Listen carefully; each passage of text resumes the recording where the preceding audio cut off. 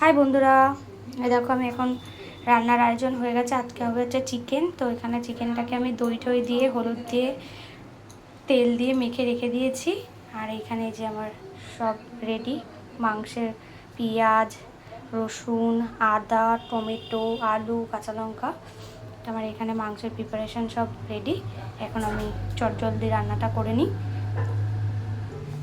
ও তার সাথে হবে হচ্ছে এই যে পনিরের তরকারি একটু, এটা হচ্ছে ভাজা পনির, পটল আলু দিয়ে পনিরের রসা হবে। তো মা এই যে এখানে কড়াইতে তেল দিয়ে দিয়েছে আলুটা ভাজার জন্য। এই যে আমার লাল লাল করে মাংসের আলু ভাজা হয়ে গেছে, এখন আলুটাকে তুলে রাখবো। ফোড়নে আমি হচ্ছে শুকনো লঙ্কা আর তেজপাতা আর গোটা জিরা দিয়ে দিয়েছি। এখন দিয়ে দেবো হচ্ছে পেঁয়াজগুলো।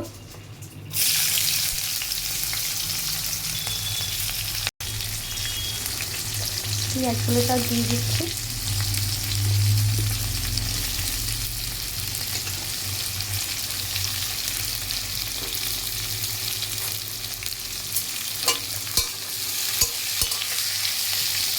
পেঁয়াজগুলো একটু ভাজা হোক। তেল আর একটু লাগবে, তেল একটু দিতে হবে।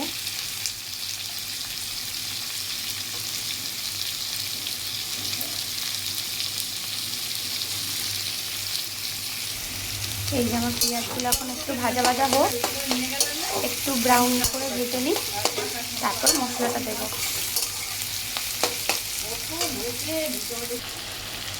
এই যে আমি পেঁয়াজ ভাজা হয়ে গেছে, তারপরে এই যে মিক্সিতে আদা, কাঁচা লঙ্কা আর রসুন যে পেস্ট করেছিলাম ওটাও এখন দিয়ে দিলাম।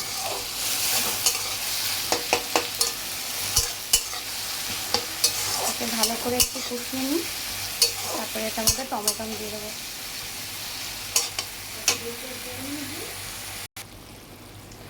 এই যে এখন মশলাটা কষাচ্ছি, একটু কষুক ভালো করে, তেল ছাড়ুক। টমেটোটা আমি দিয়ে দিয়েছি, দিয়ে এখন এই যে কষাচ্ছি।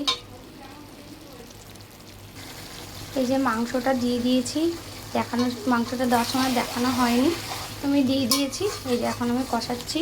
আর এটা লাল হওয়ার কারণ হচ্ছে এতটা, যেটা আমি কাশ্মীরি লঙ্কার গুঁড়ো দিয়েছি, তো সেই জন্য। এই যে এখন কষাচ্ছি।